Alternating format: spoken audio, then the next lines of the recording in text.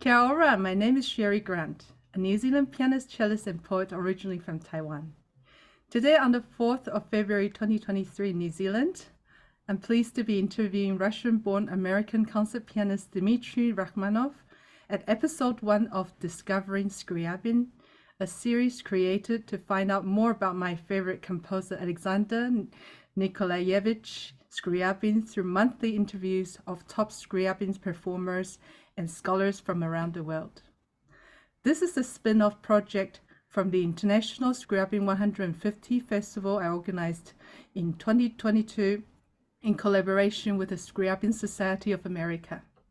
I hope you enjoy the series. Subscribe to my channel and visit links below where you can find my guest websites. Welcome, Dmitry, and thank you for joining me after a busy day. Thank you, Sherry. Can you tell us a bit about your own journey as a concert pianist? Well, it began in Moscow, Russia, in the 1960s. I was introduced to music. I was surrounded by music in my household, even though my parents were not professional musicians, but ardent music lovers. And my father was a classical guitarist, an amateur, but very, very involved. And so this atmosphere permeated the air, so to speak. I was hooked to the piano rather gradually. I became more and more involved by going to concerts with my parents since my early childhood and listening such great giants like Sviatoslav Richter or another pianist, Rudolf Kerrer, of German descent, who was at his peak in the late 60s. So I entered the Gnesin School for gifted children, the same school where later Evgeny Kissin and Daniil Trifonov were students, among others. And I was surrounded by the atmosphere of reverence to great art and music. And I breathed in that air. And I was going to concerts on my own since my early teens, several times a week. So I saw and heard all the greats of that era. So music was in my bones. And then I continued my education at the Juilliard School with a great dame of Russian pianism who immigrated to America long before, in the 1920s. Her name was Nadia Reisenberg. She was from Petrograd or St. Petersburg. And she had this wonderful old style playing and music making with a phrasing and inimitable sound quality, and just beautiful. And she transmitted some of that wonderful tradition that I inherited from her and from others. So I finished my bachelor's and master's at Juilliard, and later I did my DMA, Doctor of Musical Arts, at Manhattan School of Music with another Russian professor, Arkady Aronov, who was also carrying on the St. Petersburg tradition of pianism. So I've always admired Russian pianists. I remember your teacher, Nadia, you mentioned just earlier. I was really astonished when I listened to her for the first time on recording, and yeah, such phrasing. And so I always admired Russian pianists and composers from the Silver Age because they really enriched the piano repertoire and advanced the technique. That's what I think. And I listened to your wonderful Scriabin recordings on YouTube and read your 2010 article of on Rachmaninoff at the International Piano Magazine. And I remember, of course, very recently we celebrated Scriabin's 150th birthday last year with an online music festival. And this year is actually Rachmaninoff's 150th birthday. Can you tell us a bit about these composers in particular and your own experience performing their music? Well, interestingly enough, this year is 150th of Rachmaninoff, whereas we just celebrated last year his classmate and close contemporary, Alexander Scriabin's 150th. And so those two composers their art is certainly intertwined. Incidentally, you mentioned my article. I'm now updating my article on the recorded legacy of Rachmaninoff's Rhapsody on the Theme of Paganini for the International Piano Magazine based in the UK. So it will be coming out in a few months. So Rachmaninoff and Scriabin, of course, they are close in some ways and polar opposites in another. One was a dreamer and mystic and enamored in theosophy and transcendental mysticism, whereas Rachmaninoff was very much earth-bounded person who was not really into any such philosophical theories or ideas. Rachmaninoff was a big man, very powerful, and his pianism was also very powerful, whereas Scriabin was very slight in his physical appearance, and he mesmerized his listeners by myriad of colors and incredible grades of piano and pianissimo and pianissimo and really the type of playing that kind of levitated and looked upward. We know that their lives were connected when they were in conservatory together, and then their paths diverged. And then we know that after Scriabin's untimely and quite sudden passing at the age of 43, Rachmaninoff took upon himself to learning a full solo program of works of Scriabin exclusively, and he toured for a whole year, performing Scriabin's works as a legacy, as homage to his friend all over Russia, and he donated all the proceeds from those concerts to Scriabin's family, which included several orphan children. So that was a very magnanimous gesture on the part of Rachmaninoff. We also know that sometime in the early 1900s, there was at least one concert in which Rachmaninoff conducted Scriabin at the keyboard in Scriabin's piano concerto. So there were connections between them. So was there any rivalry at all between the two composers? I don't think so. Different. They were so different. Yeah. It's interesting that they themselves did not feel that there was any rivalry, but their followers and fans and aficionados who followed each one of them, they created two opposing camps. And when Rachmaninoff performed Scriabin's recital in the wake of Scriabin's passing in 1915, Scriabin's followers were ready to storm the green room and really confront Rachmaninoff physically, for they thought that he distorted the spirit and essence of the music as he performed it in his own manner, differently from the composer, and they just couldn't accept it. They thought that he somehow maligned and really distorted and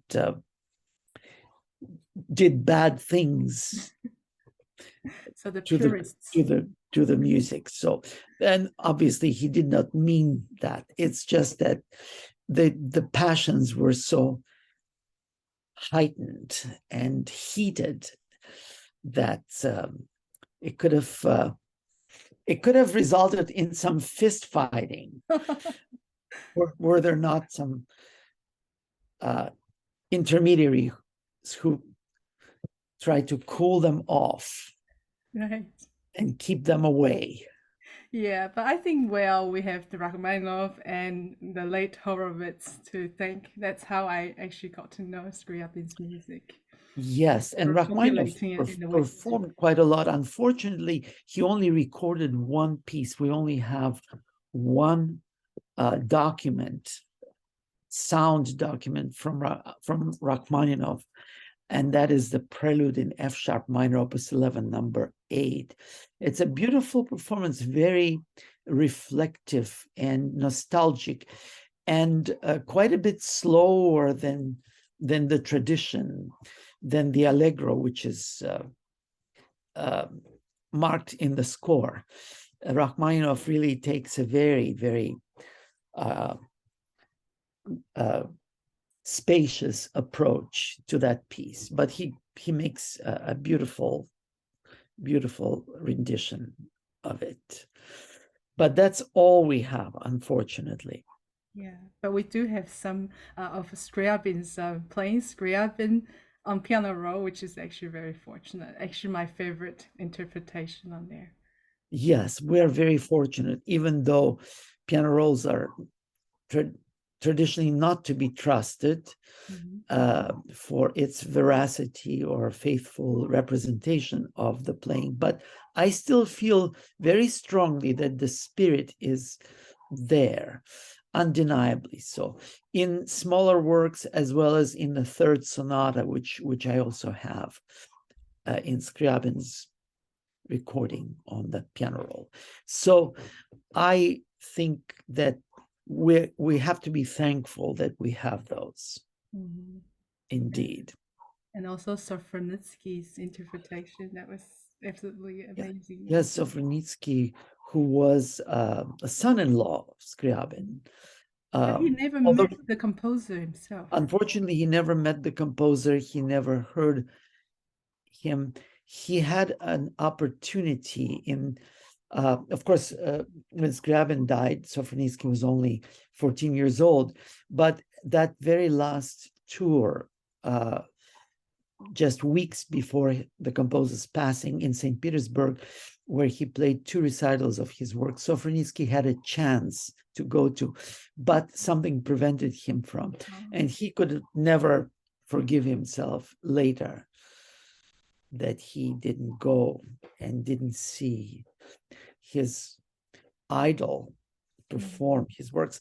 Nevertheless, he definitely inherited the spirit of the composer, and throughout a greater part of the 20th century, he just carried that spirit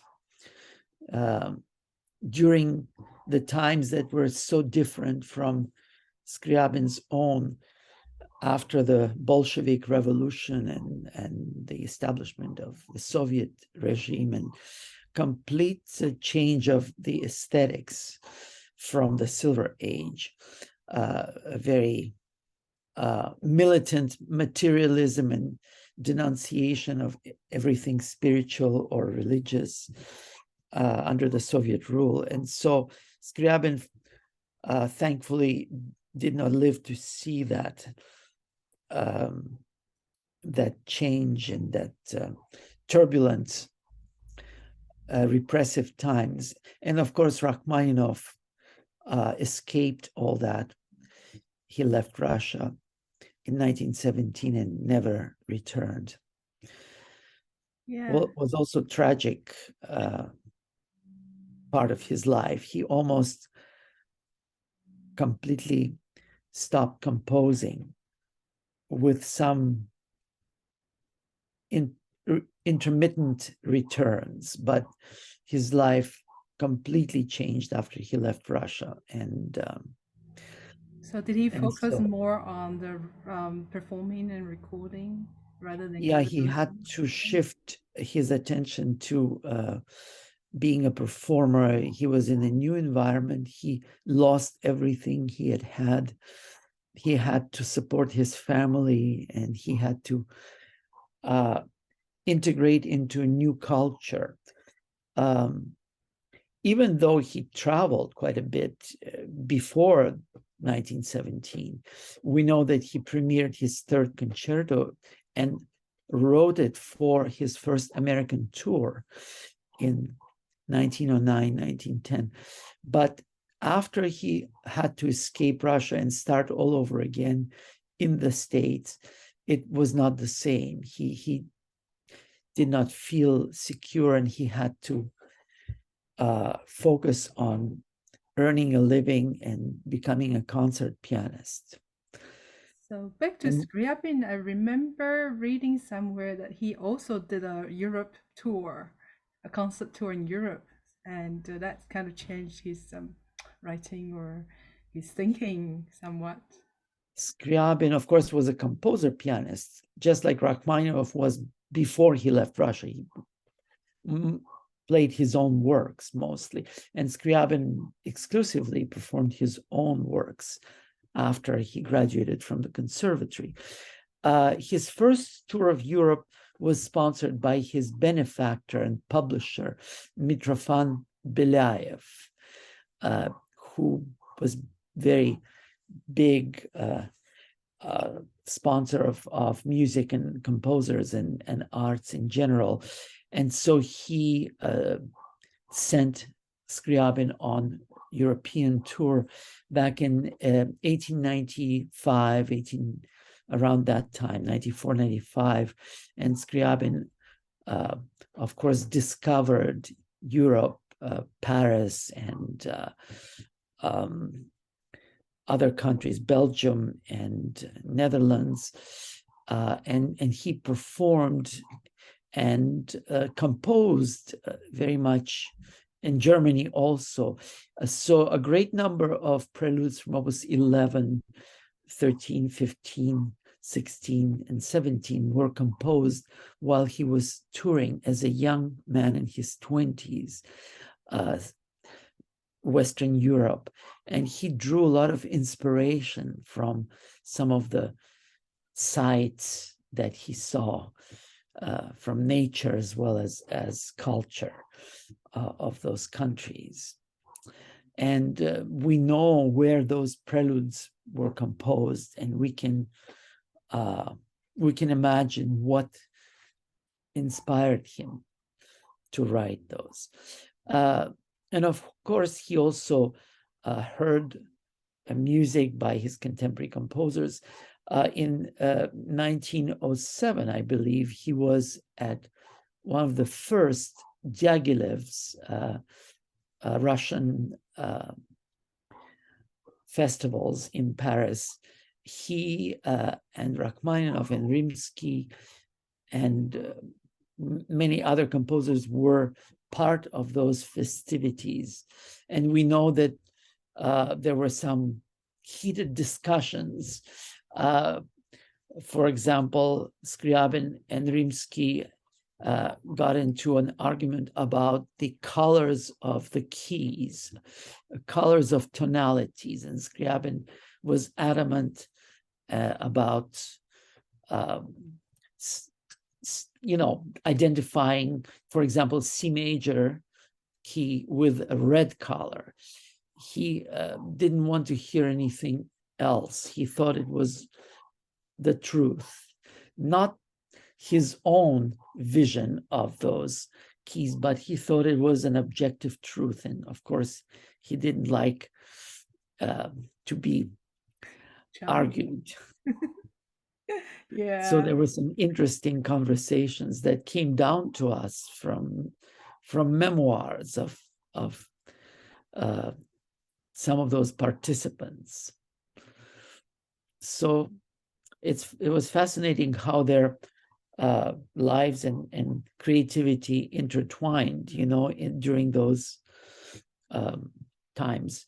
Of course, I'm talking about 1907 1907, which was much later. In between, Scriabin was in Europe, and he lived in Italy and Switzerland in the early 1900s. In fact, there was a period of 6 years where he was almost exclusively in Europe before he came back to Russia, circa 1909. I may be wrong in my dates, but that's what I remember from the top of my head. And so he discovered a lot of Europe. I don't know if he met Debussy or not, but he certainly heard his music, and the score of Debussy's La Mer was in his library, in his last apartment. Yeah. Sherry, have you visited Scriabin's memorial apartment? I have not. I have not been to Russia. That's one of the places I would really like to go to. Yes, I'm sure you will. I think that that place has still has a spirit, the spirit of Scriabin somewhere. And this was one of my early inspirations in exploration of Scriabin's music, going to that museum. And at that time, people who worked there, they were not just like a museum employees. They were spiritual followers. So when they spoke about the composer and the music, they were so into the spirit of it, and they were so inspired and some at times ecstatic that their lectures were extremely contagious, and you could not help but breathe in the spirit of the composer, and that certainly influenced me a great deal. And I remember reading memoirs of Vladimir Ashkenazy, who said that he also was visited the Scriabin Museum in his teens, and that was also one of the defining moments of his becoming a pianist and a musician. Thank you. So Dmitry, I really like how expressively you play the piano during your performances. So apart from being a performer, you're also a good teacher. What are the challenges of teaching Scriabin's music works? And can you also tell us a bit about the videography of the complete Scriabin music that you've been working on? Yes, it's one of my projects. Back in 2014, when I had my sabbatical at the university where I teach, California State University at Northridge, I performed a program of all Scriabin music all over the States and abroad, that included Carnegie Hall's Zankel Hall at Carnegie and Moscow's International House of Music. And then I went to China and to Paris and to other places. And that was on the wake of, or rather, preceding the 100th memorial anniversary of Scriabin's passing. In the wake of that, I decided to do a video of my performances. I recorded about 2.5 hours of music that stemmed from those concerts. And then I thought, well, that's an interesting project. I would like to continue and maybe record the vast majority of Scriabin's works. So I'm still doing that. And the idea is to present it as an educational as well as artistic way of expression by giving a verbal commentary and talk about the music and then performing it, so that those who are interested in learning more about Scriabin, and maybe some teachers, piano teachers and students among them, could use it as a tool. So I'm well into this project. I just returned from New York and I recorded several works just a couple of weeks ago. And of course, that will also be a teaching tool. Teaching Scriabin is, you have to have the right type of student who has this sensitivity and who is able to understand the incredible subtlety and improvisatory quality of Scriabin's music, the colors that you have to bring in. And I would not teach students who are in the early stages of their piano studies the music of Scriabin, maybe just some early works. I would probably start when they are already in the intermediate stages. Certainly, works like the C-sharp minor Etude Opus 2 number 1, some of the preludes, early preludes, Opus 2 number 2, Opus Mazurkas, Opus 3, some preludes from Opus 11, and some etudes from Opus 8 would probably be one of the earlier works that I would give. And of course, the poems like Opus 32, number 1, that really gives you a synopsis of Scriabin's spirit, the improvisatory, the flexibility of phrasing, the rubato, the timing, the colors, and this dreamy quality, and also a very impassionate quality of his music. All of that is captured.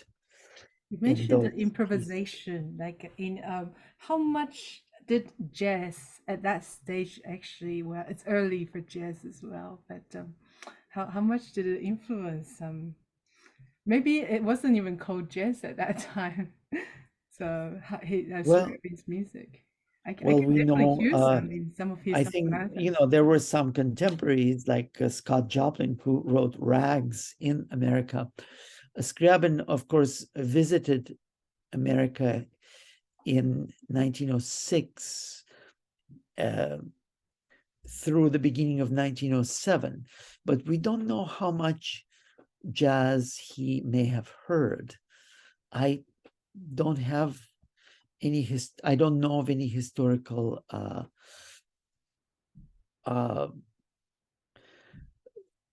evidence that he was exposed to jazz. So, I mean, maybe harmonically there are some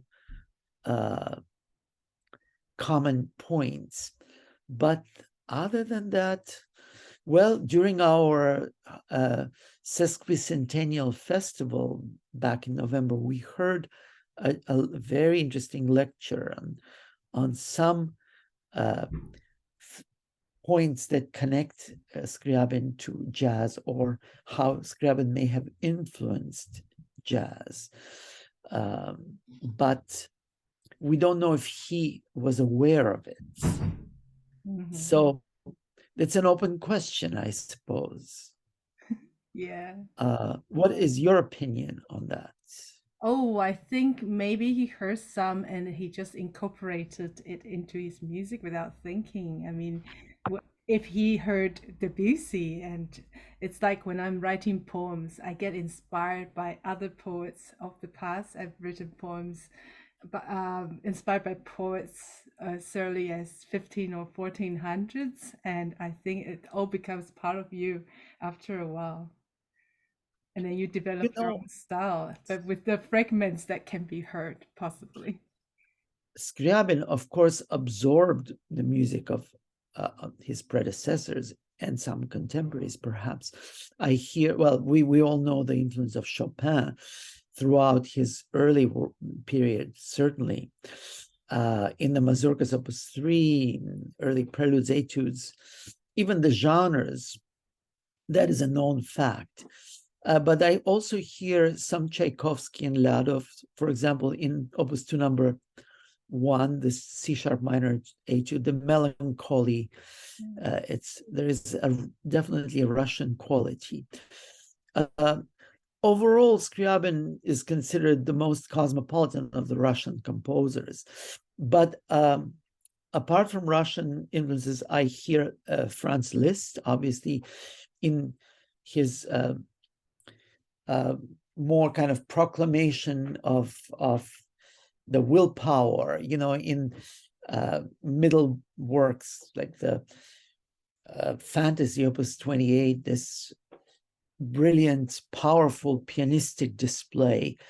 And in some of the poems, like the satanic poem, certainly takes after Mephisto spirit. And there is also a lot of Wagnerian influence in his preludes from the 30s to early 40s for opuses.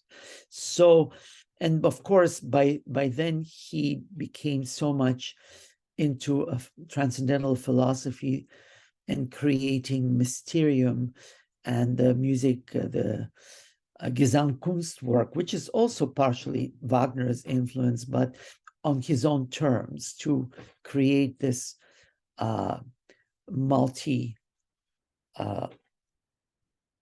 intercultural the piece of synthetic art and create this grand mysterium. By that time, of course, his style became uniquely his own. And I don't hear any direct influences in late Scriabin. But in early and middle, I still hear some influences. He may have not been aware of them, but we can certainly hear after Chopin, Liszt, Wagner, and maybe some others. Mm-hmm. And also indirectly, he influenced many composers of the 20th century. I hear his spirit in Olivier Messiaen's works, such as the 20 Regards, the 20 Visions on the baby Jesus, some of the harmonic language, some of the mystical language. I think it comes from Scriabin. Also, maybe Karol Szymanowski, the Polish composer. And I also believe that his symphonic music was so influential. I don't think that Stravinsky would have created all these colors in his early ballets had there not been Scriabin's poem of ecstasy and the Prometheus and the divine poem. Yeah, I felt like he was really ahead of his time. He was very much ahead of his time, very much prophetic. Yes. Yeah, I feel that I resonate most with him, probably because I'm also a poet myself, even though I'm quite a late bloomer. I only just started writing recently, not too many years ago. But always that but it must have been an untapped creative source. I believe everything's connected. Yeah, arts and science, and I hope through Scriabin's music and ideas we can reconnect a lot of things, because quite often things that have become so specialized these days, it's like there is certainly a mystery and a magnetism that is sometimes even hard to put to words in his music, that beckons you and in some mysterious ways. Yes. So you have recently revived the Scriabin Society of America after a long hiatus and stepped up as the president of the society. Can you tell us more about the society itself, the past, the present, and the future? And Well, also your well, involvement as the president, Southern California chapter president at the American Society. You're very busy. well, yes, that is another uh, side of my activities.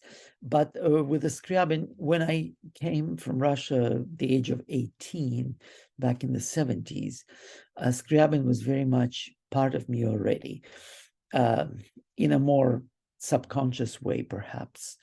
And then while studying in America and studying with Nadia Reisenberg, and later with Arkady Arnov and with other teachers, I discovered Scriabin. I studied the second sonata, the fourth sonata, the fifth sonata, and many other works. And then by the time I went back to Moscow for the first time since we had left, it was in the early 90s. And at that time, I was performing quite a lot of Scriabin. So that in 1992, the summer of that year, I was introduced to Alexander Serafimovich Scriabin, who was the founder of the Scriabin Foundation and Russian Scriabin Society, who happened to be his great-grandnephew. When I met him at the museum, and I have a picture of our first meeting, he inspired me to work on creating the society. He told me at the time that there are Scriabin Society in Europe. We would like very much to have America create a society dedicated to Scriabin and his music and his work, his philosophy. And so when I went back, I contacted some of the well-known Scriabinists, such as my former Juilliard music literature professor, Joseph Bloch, and the Scriabin's biographer, Fabian Bowers. I contacted them, and Fabian attended one of my all Scriabin recitals. I was playing at the time a whole series at the Nicholas Roerich Museum in New York. So we became connected. And there was a lady who was another Scriabinist and a piano teacher in Philadelphia, Edith Finton Reber, whose father was a pianist, Louis Finton, a student of Leschetizky, and who also was connected with Paderewski and Ignaz Friedman and all those great pianists from the past. Edith went to Russia in the 50s, as a student, one of the first exchange students after the Iron Curtain slightly opened its doors. And she met Heinrich Neuhaus and Sviatoslav Richter, and she attended Sofronitsky recital. So she was always a latent Scriabinist. And then when I contacted her in 1992, she was very enthusiastic. She lent her apartment in the center of New York, and we created the society, and she became the president. And I brought them all together, these people. And so we expanded the board, and we created the society. We had a very memorable performances on a regular basis, mostly at New York Steinway Hall. And we started publishing the Scriabin Society Journal, which was a weekly publication. And during the early years of the Scriabin Society, we had 15 such publications, the first 15 years. And then, unfortunately, a lot of old board members became ill, and some of them passed away. In fact, by now, all of them are late members, regrettably. And there was a period of hiatus when I left New York, and we were all just picking up pieces.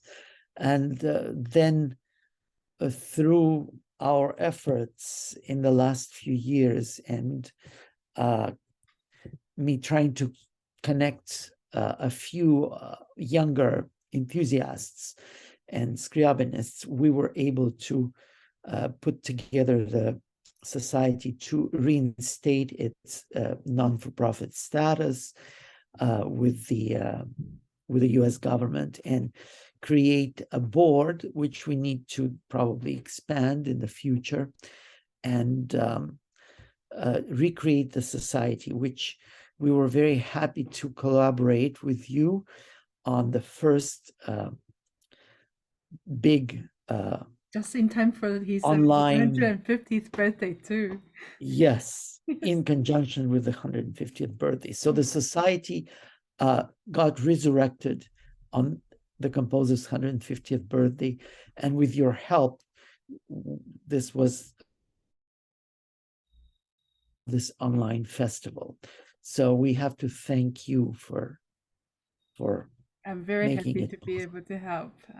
Thank you. I'm well. I'm quite a fan of Scriabin. I think I'll always be a fan. So we were looking forward into the future, creating some events and doing resuming our publications. Although maybe in our day and age, it would be more practical to create an online publication rather than paper ones. So we'll see. Mm-hmm. But at this point, I just want to thank you for having me talk to you about Scriabin, about Scriabin Society, and so about my own journey. A few last words. What messages do you think Scriabin has been trying to deliver to us, even beyond his time? And do you have any advice to young pianists in general? I think that exploring Scriabin's music for young pianists will immensely enrich their experience as musicians, as performers, as pianists, in terms of finding a live way, spontaneous way, colorful way of expressing themselves on the instrument, and furthering their musical imagination. So I think everyone should explore Scriabin's music, just like they explore the music of Chopin, the music of Liszt, the music of Debussy, and other great composers. Thank you so much for your time, Dmitry, in sharing your expertise and experience with Scriabin's music. And I hope to meet you in person again very soon, hopefully. And looking forward to future events at Scriabin Society of America. And very honored to be the international liaison. And hopefully we can do a lot of events with all the Scriabin societies around the world, and maybe create new ones. Thank you very much. That would be fantastic. And I know you have this incredible ability to organize and put people together and create those projects. So we hope that you will be a liaison for many different societies. Thank you. Okay. Thank you, Sherry, and looking forward to seeing you soon. Thank you. Okay.